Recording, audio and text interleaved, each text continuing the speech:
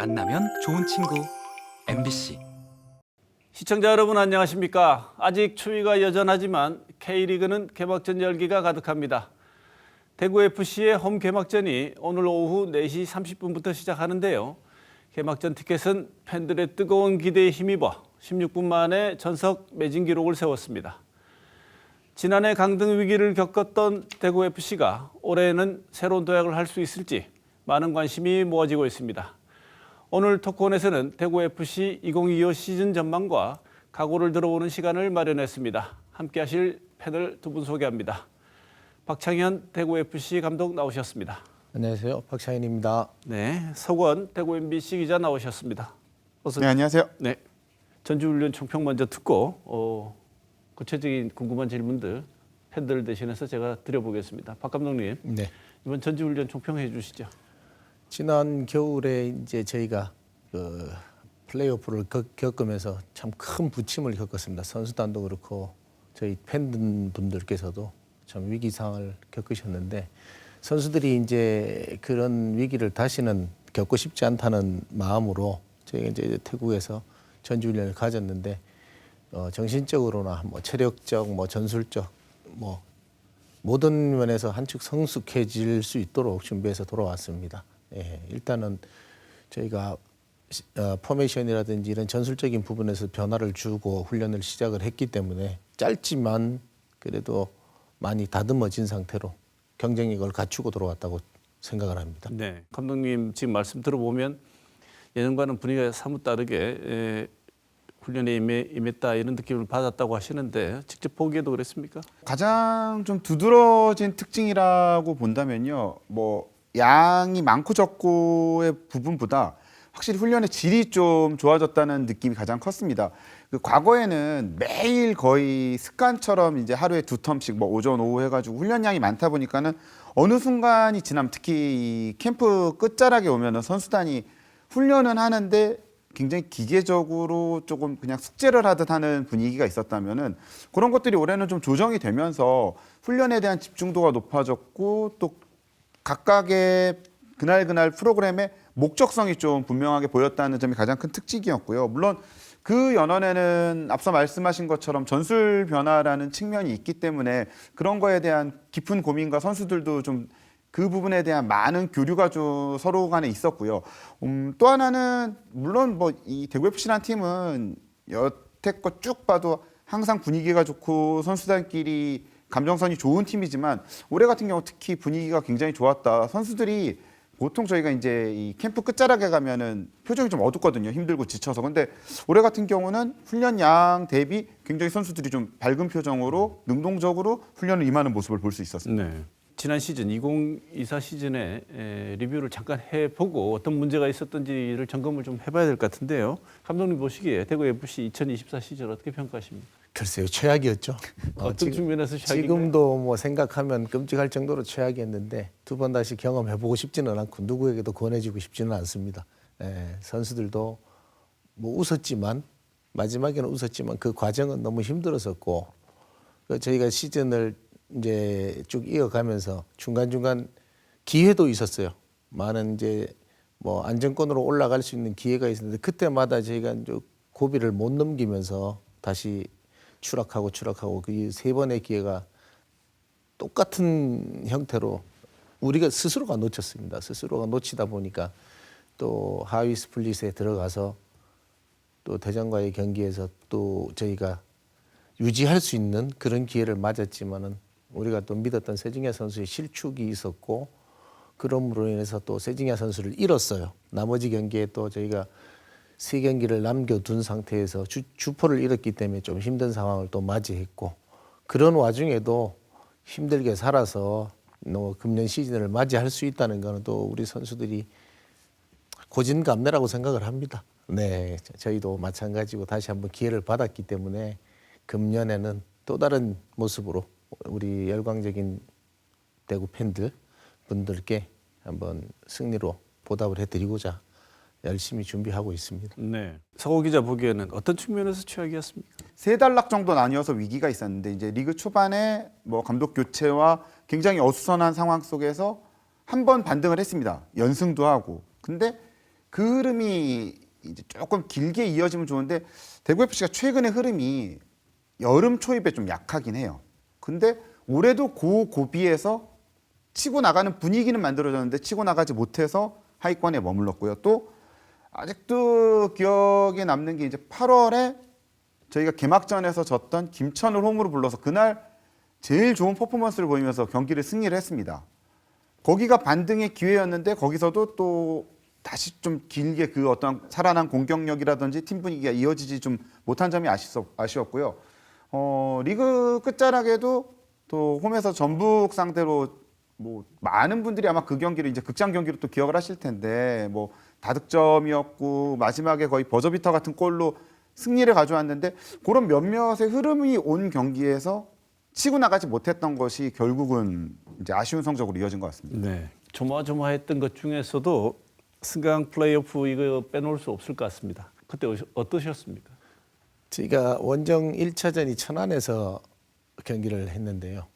원래 준비했던 대로 실점하기 전 상황까지는 저희가 이제 상대를 압도를 하고 기대감을 가지고 경기를 시작을 했는데 뜻하지 않게 실점을 하면서 우리 선수들이 많이 당황한 것 같았어요. 저 또한 당황했고 벤치에서 이게 뭔가 잘못되어 가고 있다라는 느낌을 받았고 그러면서 선수들이 서두르기 시작했고 연속적으로 실점을 하는데 이 머릿속이 정말 하였어요. 하얗다는 표현밖에 안 나오는데 여기가 어딘가라는 생각이 들 정도로 그래서 전반에 3실점을 하고 또 저희가 저기 끝나기 전에 이제 재현이가 한 골을 만회해서 3대1 상황으로 넘어갔는데 후반에는 만회를 할 수 있겠다라는 느낌을 가지고 이제 하프타임을 이제 맞이했고 시작을 했는데 후반에 다시 또 역습을 맞았어요. 똑같은 패턴의 실점을 하면서 선수들이 거의 포기하지 않을까 했었어요. 근데 그래도 뭐 세징야라는 선수가 세징야가 또 해줬습니다. 구해주고 1차전에서. 그래서 한 골 차로 끝나서 그나마 저희가 홈에서는 또 강하니까 선수들에게 그 한 골 차는 괜찮다라고 이제 위로를 하면서 돌아왔는데 저희가 홈에서 이틀 뒤에 이제 시합을 가지면서 뭐 그거는 뭐 벼랑 끝이죠. 얘기할 것도 없고 사생결단의 각오로 했지만은 선수들도 했는데 저는 이제 운동장 들어가서 우리 열성적인 팬분들의 그 응원 함성 그 소리에 너무 깜짝 놀랐습니다. 뭐 여러 군데 경기장을 다니면서 응원하시는 분들이 많았지만은 데시벨이 너무 높아가지고 이길 수 있겠다, 이겼다라는 생각이 딱 들더라고요. 그래서 선수들도 아마 저랑 똑같이 그 생각을 가졌던 것 같고 그래서 선수들도 잘했지만 그날은 정말 오롯이 그 응원단 우리 팬 여러분들의 힘이 더 컸었던 것 같아요. 그래서 941 생으로 삼아서 다시 지금 또 새로운 시즌을 준비를 하고 금년에는 절대로 그런 곳에는 가보고 싶지 않다는 생각을 했습니다. 석 기자 어땠습니까? 그때만 해도 솔직히 좀 그냥 가벼운 마음으로 갔습니다. 어쨌든 1부와 2부는 차이가 있기 때문에 여기서 우리가 더군다나 뒤에 이제 홈 2차전이 있으니까는 뭐 한두 골 정도 이기고 오면 홈에서 아주 편하게 1, 2차전을 마무리할 수 있을 것이다. 뭐 감독님 말씀처럼 경기 시작하고 한 10분 만에 이제 그 모든 계산 앞서서 생각했던 모든 얘기가 다 의미가 없어진 거죠. 그리고 세징야 선수가 그 경기 후반부에 2골을 넣은 게 일단은 이 모든 것에 초석이 됐고요. 2차전 대구에서 경기를 할 때 감독님 말씀처럼 그날 응원은 대팍 개장 이래 진짜 최고란 생각을 했고요. 결국 연장까지 가서 이제 저희가 승리를 한 다음에 경기장을 이렇게 둘러보는데 한 12,000명 선수단까지 해서 하여튼 12,000명이 모인 그 안에 장담컨대 10,000명이 울었습니다. 그날. 그 간절함이 어찌 보면은 한 영화의 한 장면 같았는데 그 간절함이 선수들한테 선수단에 잘 남아 있다면 올 시즌에 교훈이자 약이 되지 않을까라는 생각을 합니다. 네. 감독님께서 보시기에 울고 왔고 울 뻔했는데 아무래도 바로 직전에 있었던 가장 충격적인 경험들이 그다음 데뷔하는데 제일 중요한 지점으로 옮겨가지 않습니까, 감독님? 이번에 제일 중요한 주안점을 뒀던 부분이 어디라고 보십니까? 리뷰를 하면서 뭐가 문제였던가 짚어보고 어떤 특히나 이제 실점 장면들이 좀 어이없는 실점이 작년에는 많았었거든요. 그래서 그런 부분들 왜 실점을 했나 그거부터 짚어보고 금년에는 저희가 이제 수비 전술 자체를 3백에서 4백으로 바꿨습니다. 바꿨는데 짧은 시간이었지만 어쨌든 제일 주안점을 줬던 부분이기 때문에 거기에 공을 많이 들였었어요.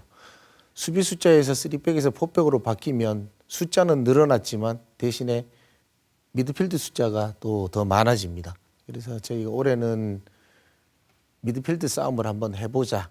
그러고 한 10년간 똑같은 패턴의 경기를 해오다 보니까 매번 대구 축구는 지루하고 기다려야 되는 그런 상황들이 많이 나왔다고 생각을 하는데요. 뭐 제가 처음 부임해서 한 서너 경기 정말 몰아붙인 경기들이 있어요. 전북, 현대, 울산, 현대 뭐 이렇게 경기를 하면서 멋 모르고 덤볐죠. 멋 모르고 덤벼서 보는 분들은 좋았는데 결과가 이제 프로에서는 나와야 되는데 그 결과를 가져오지를 못했었어요. 4경기인가 5경기까지는 정말 멋 모르고 덤볐었는데 그다음에 이제 결과를 내지 못하니까 이제 남은 점수를 따야 되잖아요.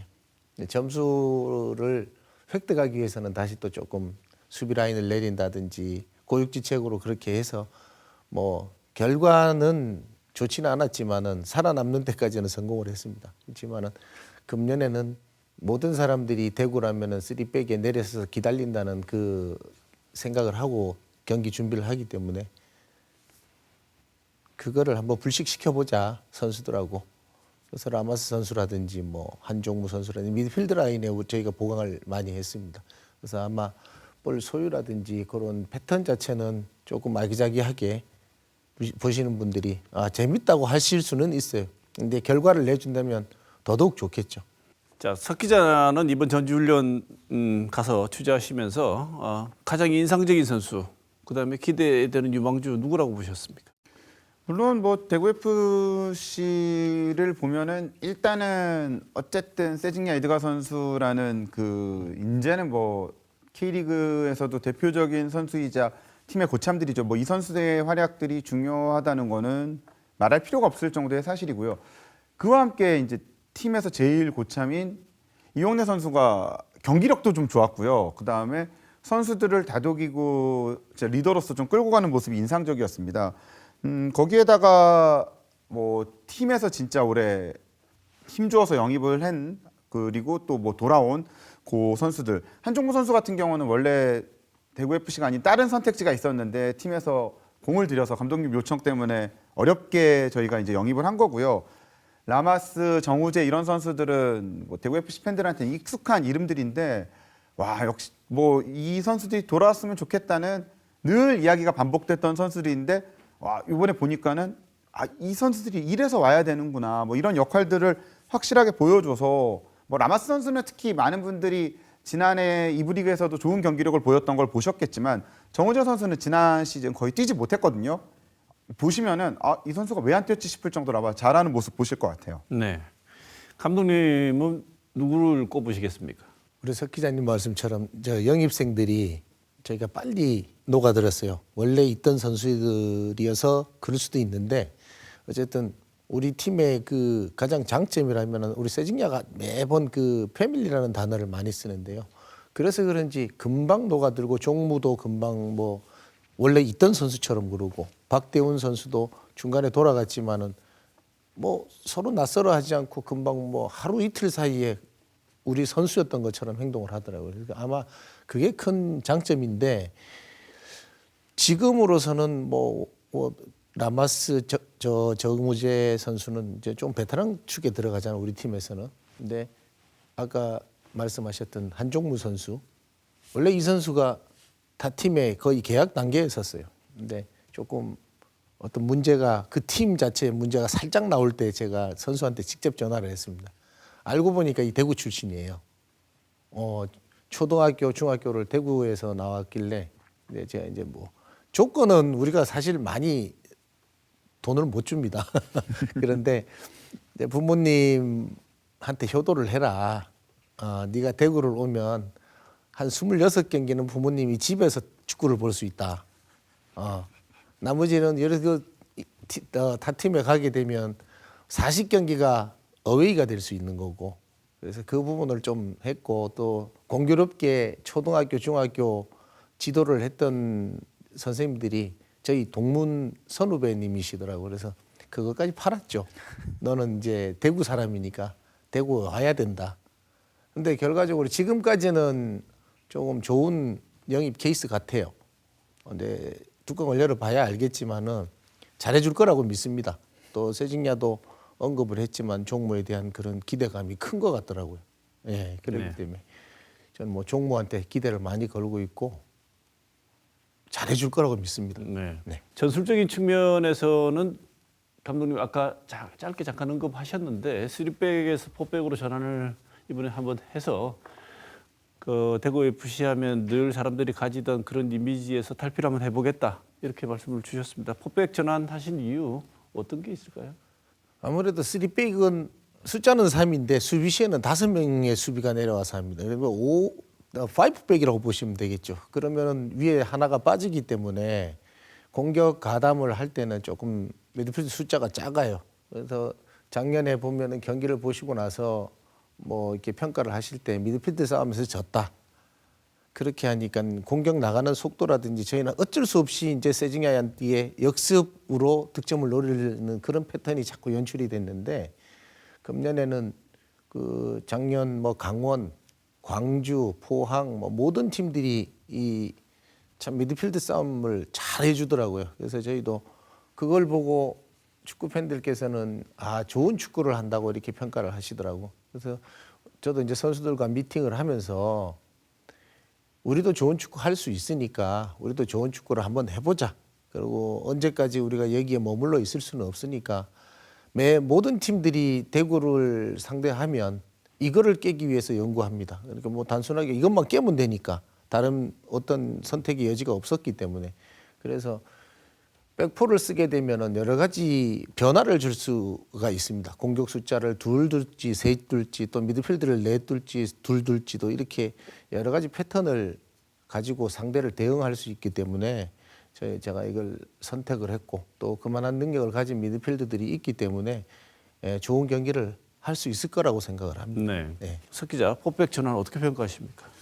우선 뭐 약간 좀 이 축구도 유행이 있으니까요. 지금 유행은 또 이런 흐름들이 많은 팀들이 쓰고 있기 때문에 우리도 뭐 흐름에 뒤처질 수 없다라는 생각을 합니다. 그리고 하고 싶어도 여지껏 못했던 이유는 대구 FC가 미드필더 자원이 원래 굉장히 부족한 팀이었는데 하나씩 뭐 저금하듯 쌓다 보니까는 지금은 라마스 선수 새로 왔고요. 뭐 지난해 뛰었던 요시노 선수 있고 또 지난해 영입한 뭐 이찬동 선수도 올해 전주훈련 때 굉장히 좋은 모습 많이 보여줬거든요.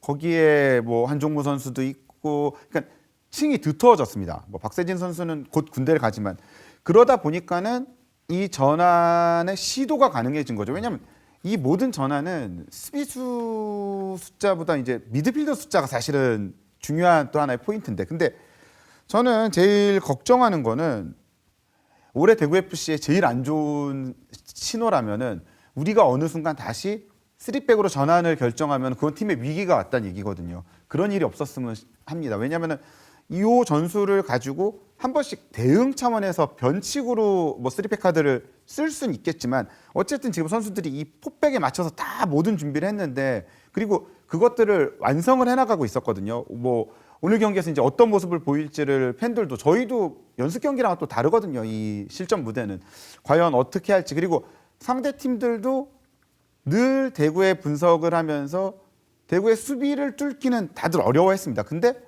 대구의 공격을 막기는 되게 쉬워했거든요. 왜냐하면 역습 그리고 세징야 그 2개의 카드만 막으면은 대구를 막을 수 있다라고 생각을 했는데 오늘 경기에서 이제 과연 강원이 어떻게 대응을 하고 우리는 어떻게 뚫을지를 보면은 뭐 오늘부터 이제 한 리그 초반 5경기 중에 홈 경기가 많은데 홈에서 펼쳐지는 경기들에서 이 카드가 어떤 식으로 다양성을 보일지가 굉장히 중요한 뭐 가치 판단의 기준일 것 같습니다. 네. 오늘 열리는 개막전부터 홈 2연전이 시작됩니다. 시작이 중요하고 시작할 때부터 이렇게 승리를 가져가고 시작을 승리로 시작한다는 것은 여러 가지 의미, 단 1승의 의미가 아니고 여러 가지 다른 의미가 있지 않겠습니까?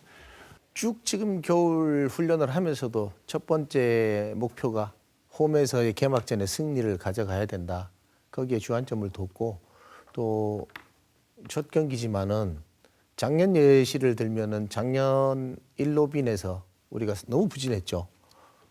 그래서 제가 또 중간에 오게 됐지만 금년에는 지금 5연전 중에서 홈이 4경기입니다. 그래서 초반에 점수를 많이 따서 이걸 유지해 간다면은 좋은 리그의 출발이자 좋은 결과를 가지고 올 수 있는 시발점이 될 거라고 보거든요. 그래서 첫 경기에 대단히 저희가 많이 힘을 실었습니다. 석 기자 보기에는 이번 개막전 어떻게 보십니까? 개막전 만약에 승리를 한다면 1부 리그 기준으로는 대구 FC는 처음입니다. 그러니까 1라운드에서 홈 개막은 이긴 적이 있습니다. 뭐 예를 들어 가장 가깝게는 지금 이름 바뀐 아이언뱅크 파크 옛날 대파 개장 경기에서 그때 2라운드였는데 제주 상대 승리를 거뒀습니다. 근데 1라운드를 기준으로는 창단 이래 1라운드를 딱 2번 이겼는데 그게 다 2부 리그 시절이거든요. 즉 1부에서는 1라운드 승리가 없습니다. 그러니까 이 16분 만의 매진은 반대로 팬들의 그 기대가 커요. 내가 이 팀의 첫 개막전 승리를 보리라. 그 마음 또한 굉장히 담겨 있다고 봅니다. 이번에 뜨거웠던 티켓 경쟁은. 근데 왜 대구 FC가 이렇게 개막전을 못했을까를 과거서부터 이렇게 돌이켜 보면요. 대구 FC가 요즘은 이제 팀 컬러가 많이 달라졌지만 예전서부터 보면 일단은 슬로우 스타터. 한 리그 시작하고 한 3-4경기까지는 정상 기량을 못 보이는 모습이 있습니다. 큰 시즌의 틀로 보면. 경기를 보면요. 뭐 세징야 선수 정도를 빼면은 경기 초반에 그러니까 외국인 선수들을 빼고 국내 선수들 기준으로는 경기 초반 득점자가 거의 없습니다. 90분으로 봐도 앞쪽이 조금 약해요.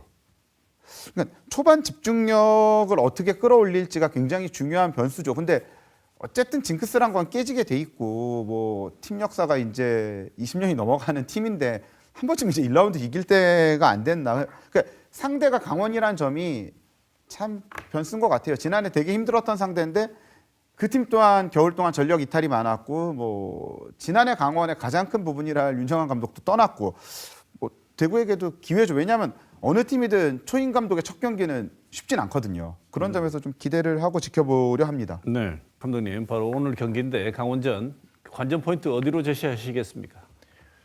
아무래도 이제 미드필드 싸움인 것 같아요. 강원도 보면은 이렇게 아기자기한 플레이를 많이 하는데 우리도 지금 라마스 들어오면서 요시노 또는 한종무, 세징야 이 4명의 선수 패스웍에다가 황재원 선수까지 오른쪽 라인이 상당히 저희가 강한 편인데 저희 뭐 비디오 분석을 보면은 강원은 또 왼쪽을 많이 이용을 하는 것 같아요. 그래서 뭐 맞대결이 아마 보시기에 재미가 있을 것 같아요. 석 기자는 어디가 관전 포인트라고 보십니까? 저희가 강원이랑 좀 악연이 많습니다. 그 팬들은 기억하시는 경기들이 여럿 있어요. 지금 뭐 아주 옛날로 올라가면은 저희 이제 2014년 강등되던 당시에 하여튼 강원 원정서부터 꼬여서 팀이 그때 무너지기도 했고요. 뭐 팬들이 최근에 가장 화가 나셨을 경기는 강원이랑 우리 대팍에서 홈에서 경기하다가 세징야 선수가 갈비뼈 골절이 있었죠. 뭐 그때는 그 한 경기가 아쉬운 게 아니라 리그 후반부가 굉장히 힘들어지니까요. 그리고 지난해 같은 경우도 강원 상대로 1무 2패 승이 없었습니다. 그 강원과의 경기는 같은 뭐 시도민 구단이라는 자존심 대결도 있고 유독 하여튼 조금 발목을 많이 잡혔기 때문에 이제는 한번 반대로 우리가 좀 발목을 잡을 때가 되지 않았나 이런 생각을 합니다. 네. 자, 2025년 시즌 전망 끝으로 해보고 오늘 시간 마쳐야 될 것 같은데요. 감독님 말씀하시기 좀 부담스러우시겠지만 그래도 저는 질문 드릴 수밖에 없는데요. 2025 전체적인 시즌 목표 어떻게 됩니까?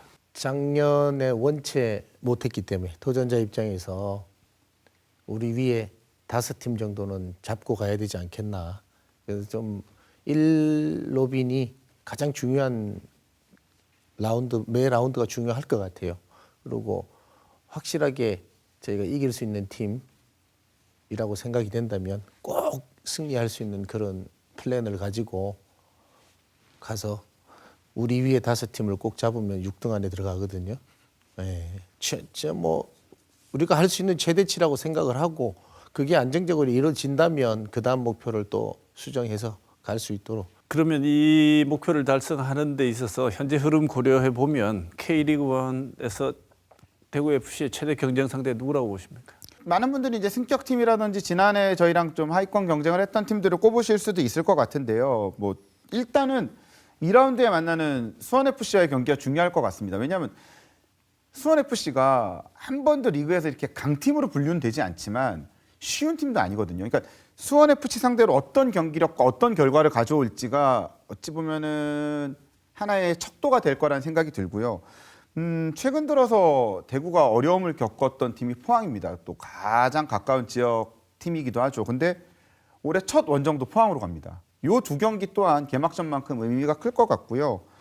저는 한 최근 2, 3년간의 대구 FC의 경기 중에 모든 인상적이었던 경기들은 다 전북 현대였던 것 같아요. 감독님 데뷔하시고도 하여튼 뭐 90분 추가 시간에 지고 있던 경기, 비겼던 경기도 전북 현대. 지난해 홈에서 가장 짜릿하게 이겼던 것도 전북 현대. 근데 전북도 이제 포획 감독 오면서 뭐 각오를 벼르고 있죠. 저희가 11등 된 것보다 아마 전북이 10등 된 게 팬들의 데미지는 더 컸을 겁니다. 근데 그 전북 또한 지금 뭐 각오는 엄청나고 선수 영입도 엄청나게 했지만 저희랑 크게 순위가 다르지 않고 승점 2점 차였거든요. 전북과 우리가 올해 어떤 경기를 펼치느냐가 두 팀 다 올라갈 수도 있고 두 팀 다 어려울 수도 있지만 어쨌든 여기서 이기는 팀이 좀 더 높은 확률로 좋은 포지션에 가지 않을까라는 생각을 합니다. 네. 최종 예상 순위 몇 등입니까? 6위 했으면 좋겠습니다. 그 상위 스플릿 가야죠. 상위 스플릿을 못 가면은 리그 막판까지 저희 너무 힘듭니다, 사실.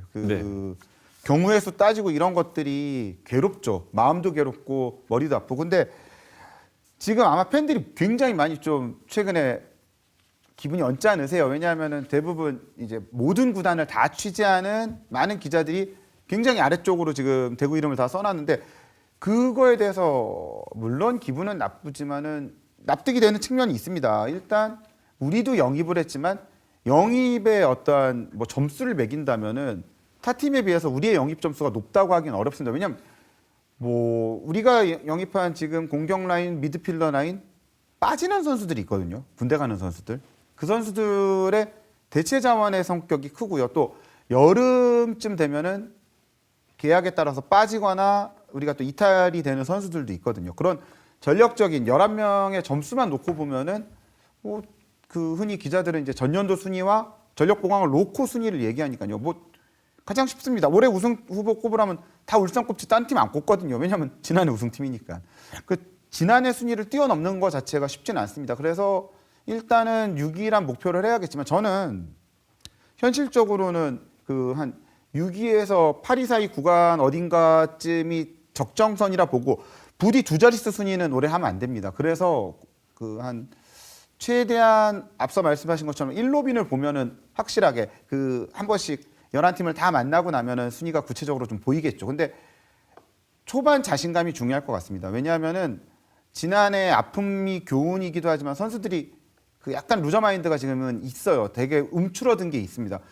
그 첫 경기부터 치고 나가고 감독님이 그 선수들을 잘 독려하셔서 아 우리도 할 수 있다라는 마음을 갖는다면은 뭐 의외의 성적을 거둘 수도 있겠죠. 감독으로서 올 시즌 기대되는 지점 어떤 것인지 그리고 시즌 각오를 마지막으로 말씀 듣고 이 시간 마치도록 하겠습니다. 뭐 기대는 뭐 1로빈이라고 보시면 되고요. 그 11경기에서 저희가 순위가 아마 결정 나지 않겠나 싶고 저는 뭐 어떻게 보면은 제 축구 커리어가 여기서 마감이 될 수도 있고 아니면 다시 리스타트가 될 수도 있는 그런 시점이라고 보고 선수들하고 어떻게든 우리 팀이 높은 위치에서 또 팬분들께서 편안한 겨울을 맞이할 수 있도록 정말 열심히 한번 해보겠습니다. 선수들도 도전 의식이 지금 의지가 강하게 있으니까 아마도 좋은 결과가 있을 거라고 생각을 합니다. 네. 대구 FC가 지역 대표 구단으로 끊임없이 승승장구하기를 바라겠습니다. 이번 주 시사온 토크홈과 위클리 키워드로 간략히 준비했습니다. 방송 직후에 2025 개막 특집 다시 대구 FC가 방송될 예정입니다. 이어서 나오는 개막 특집도 많은 시청 부탁드리겠습니다. 오늘 함께해 주신 박청현 감독, 서공 기자 두 분 좋은 말씀 감사드립니다. 고맙습니다.